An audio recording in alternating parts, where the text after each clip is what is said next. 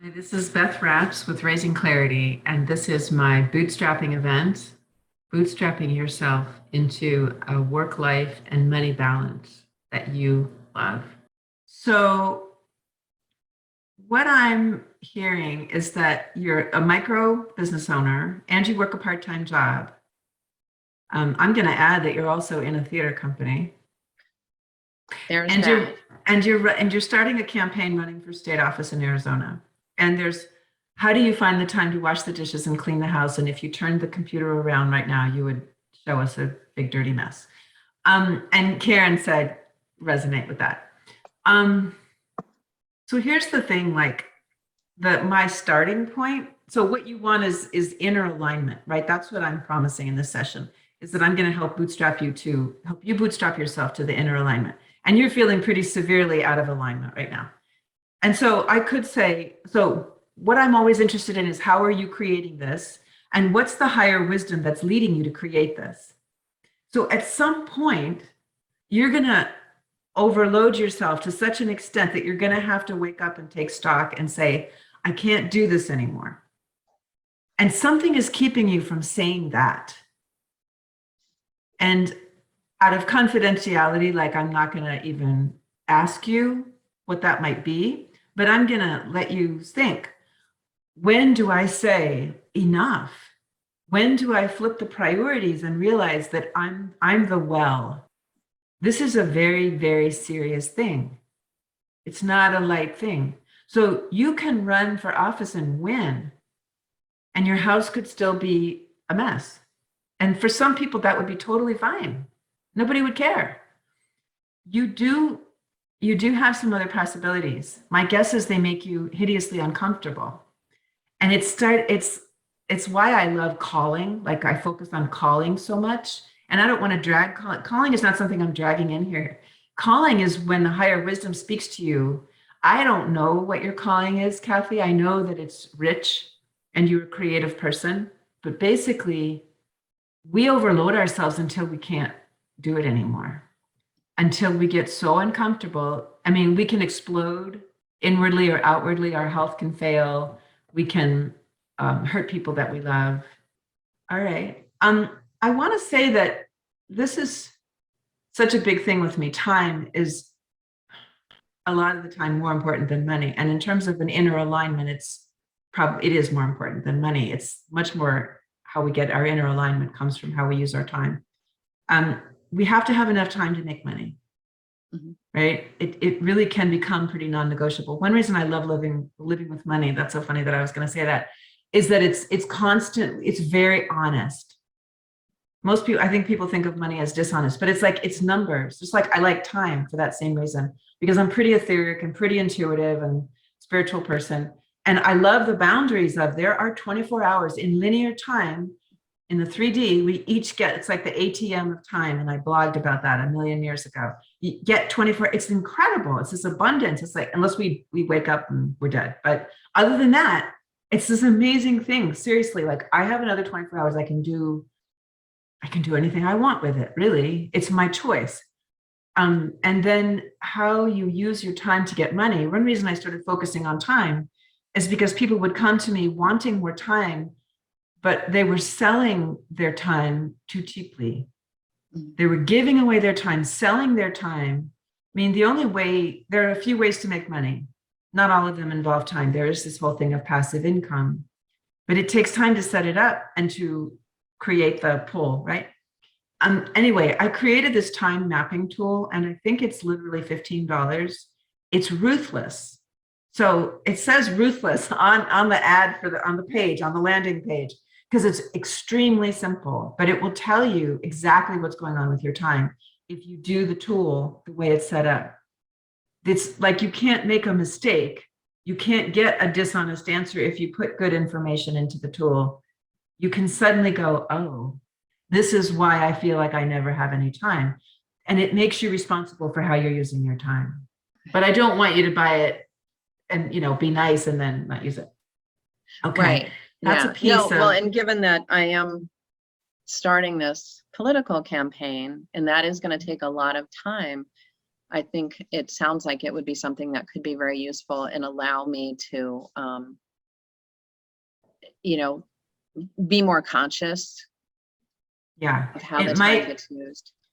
For Spiritual Directors International, it was really interesting watching spiritual people. Most of them are spiritual directors or want to be, realize how they were giving away their time and not valuing their time when it was sort of this inchoate responsibilities, things that are not time specific, but we still have to do them. And then there's all this other time, this kind of gray time. It's really hard to take a stand on your time if you don't have anything backstopping you. And the time map is sort of a backstop. You realize, oh, I only have 1 hour on Tuesdays that I can call my own, in a sense that I can do whatever I want with. Every other hour of my Tuesday is taken. Oh, well, that means that on Thursday, I'm going to be much more protective of my time. And if somebody says, why are you being such a hard ass? Why are you being so tight? It's like, because actually these days I have to do these things. And this is my time to do X, or this is my time with my daughter to do X, or this is the only time all week I get to plan my strategy to win that campaign. And, dang, if I don't want to win that campaign. Okay, that was something I noticed, that there's that mushy stuff, that mushy way we use time. Right. Well, and like I said today, I was going to clear my dining room table. I got like 4 items to the recycling bin. They were large boxes, so they took up a lot of volume, but there underneath them was all this paper, and it's all still there, and I'm like, okay, oh so that wasn't a realistic expectation. Right. Don't beat yourself up about the expectations. Yeah. Flip it around and carve out the time. I'm always saying to people, carve out the time, make a date. Yeah. I have a blog post called Date Yourself. It's like stupid, but that's like it's really what you pretty much, yeah. And also reward yourself. I'm not bad at rewarding myself. Okay. And for something that you do, that like clearing off the table. Okay. Yeah. Then, it's like, okay, I'm going to do this for an hour, and I'm going to try to Marie Kondo myself for 1 hour. And then, I get to make jewelry, Ooh, and that's a reward nice. for sure. I don't want to give up on my vision of eventually earning my money from the community, but I don't really know how to get from here to there. Okay. So, but I need to shift the process. I don't want to keep going with so much self-neglect. Yeah, you were doing a lot of self-care comparatively at one point. I felt that your self-care was great. So what it looks like is the transition is, here's where you are now and here's where you want to be. And there's this diminishing. What I want you to do is diminish slowly the amount of time that you're selling, and increase the amount of time that you're making money from what you love. And it's got to be like a long tail, and then a kind of long tail in the other direction. And in order to do that really precisely, you do need to do your time mapping. You do need to know exactly, pretty precisely, how you're using.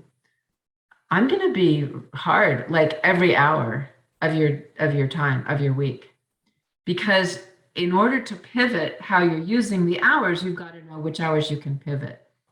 I'm saying be realistic. Use the time mapping tool. Find out exactly how many hours a week you have. So there's three phases basically, and 2 main phases in the time mapping tool. What do you have to do that has a time attached to it? And you lay all that down. And then what do you have to do that doesn't have a time attached to it? And you just add up those hours. You could do it at 3 o'clock in the morning. You could do it at 6 o'clock in the evening. It doesn't matter. And we tend to discount those things. I feel like it's like housework, homework, self-maintenance. And so what we measure has great importance. But when we don't measure it, or we have no way of measuring it, we think it has no importance. And that's actually where the transformation is. Okay. That's where the inner alignment is. Yeah. Actually, I do want to acknowledge and appreciate that we've got a really good group here now. I think it's a small but very good group. You described them. I'm grateful. Yeah, there we go. And that's also not to be Pollyannish about it, but to be grateful to find, I've been so focused on, what's wrong that I forget Mm, to be grateful. yes, I'm very that- grateful. Yeah. Okay, well, thank Thank you for you. that suggestion about, Sure. yeah, picking the one thing to really focus on to develop the income And stream. in the time that you have in the week, and that's Okay. that's the one mystery right now, Hmm. is what is that time? So Hmm. it's really easy to feel bad that we don't, can't do X and Y when we don't actually have the time to do X and Y. Like we never did have the time. And noticing, what are we giving away? Like this one, wild and precious life that Mary Oliver talks about. Hmm. I have appreciated the sounding board. Thank you. Hmm. Yeah, I've very much appreciated this session. I feel, really enriched and inspired. I have some concrete ideas now for moving That's forward. wonderful. Thank you very much for being here, trusting me with your time and to make good use of your time. To me, it's very precious.